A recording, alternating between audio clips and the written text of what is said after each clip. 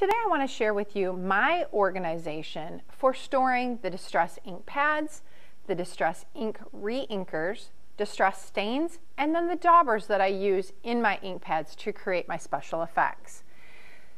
The very first thing that I have done is I have taken Avery 8160 labels and I've cut them into 2 labels per sheet. Now these are perforated in between, so you can actually rip these. And then all you have to do is just take your paper trimmer or scissors and trim between, so you have 2 labels. On those 2 labels, you're going to take your ink pad and you're going to take your dauber and you're going to run across each one of these labels. And then when you finish, you'll have a label that looks like this. Well, it won't look like this, but it will be full. And then you're going to take 2 punches. You're going to take a 1-inch punch for here. You're going to take a 3/4 inch punch for here. And you're going to punch 4 3/4 inch labels and 1 1-inch label. The 1-inch label is going to be used on your Distress ink palette. Now I call this a Distress ink palette because I have Distress ink in it, but it can be an alcohol ink palette, it can be a Perfect Pearls palette, whatever you choose. The Distress ink palette, you can see I have all the colors here and they are alphabetized. However, I know the colors, so I have not written on them. You may choose to do so and write the names on them. Remember, alcohol inks never dry out, so you can't store this palette, and you can see by me tipping them that they run. You never want to store this palette anything but flat. So remember that, and then they will never ever dry out. When you have the alcohol ink, these can be stored in any direction because these do actually dry and you can reactivate them with water.